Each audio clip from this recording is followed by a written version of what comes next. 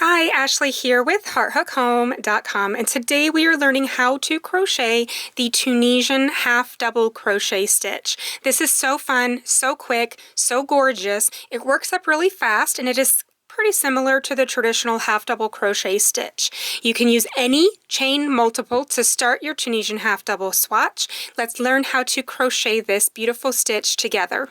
So because you can start with any number of chains for the Tunisian half double stitch, I'm going to start with this 10 here.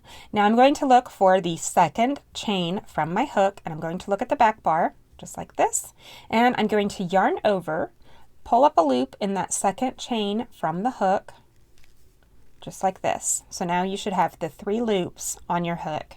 Yarn over, pull up a loop in the next chain, yarn over, pull up a loop in the next chain, all the way until you reach the end of your chain. Now, since you are yarning over each time, you should be almost doubling your stitch count. So, since I started with 10 chains here, I should have double that minus 1. So 10 turns into 19. If I had 20, then that would be 39. If I had 100, then that would be 199, right? So you take that number, double it, and then subtract 1. And that is how many loops you should have on your hook at the end of the first row. So let me pull up a loop in this last one here. It's a little bit tight. Looks good. All right. So I should have a total of 19 loops on my hook now. Now, to make your backward pass, this and all backward passes, no matter what row count you have, you're going to chain 1, and this is going to be the side of that first row, or the row. So now that I've done my chain 1, I'm ready to yarn over and pull through 3 loops, just like that. Yarn over, pull through 3 loops. Perfect. I'm going to do this all the way to the end of the row. All right, now I am ready to start row 2 of the Tunisian half double crochet. Now before we get started, let's take a look here. You've got all of these upside down V's, right?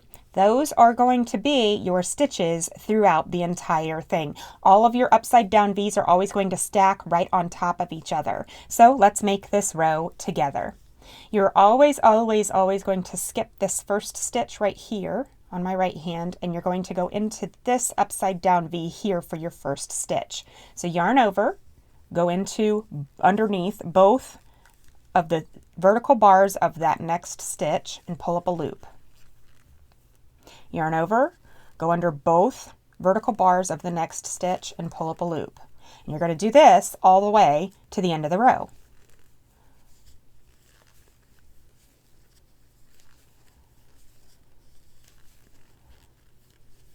And when you run out of stitches, so here's my last one right here, these 2 vertical bars.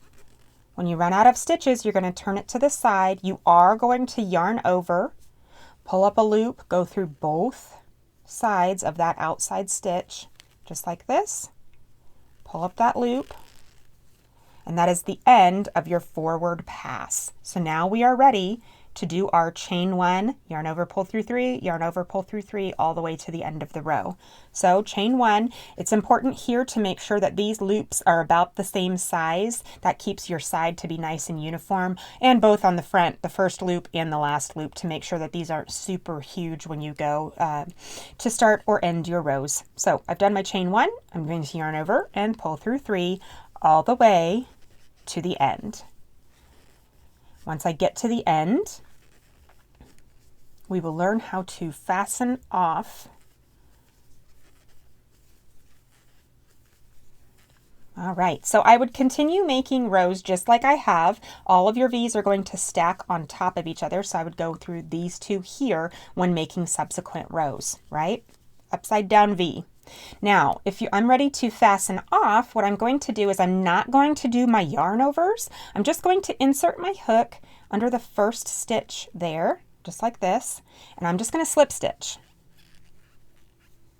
No yarn over, no nothing.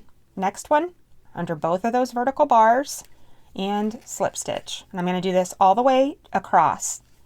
When I get to the end, I'm going to go through the outside stitch just like I have been, this whole time. We're just going to slip stitch it right across. I do have a brand new pattern coming out soon with this stitch. I did include a washcloth pattern in the blog post tutorial if you'd like to practice that as well. So when I get to the end, I've run out of stitches, so I'm going to pick up a loop in my outside stitch right here, both sides, just like that, and I'm going to slip stitch that together, and there it is. Isn't that beautiful? I hope you love the Tunisian half double stitch, and I look forward to crocheting more with you soon. Thanks for watching.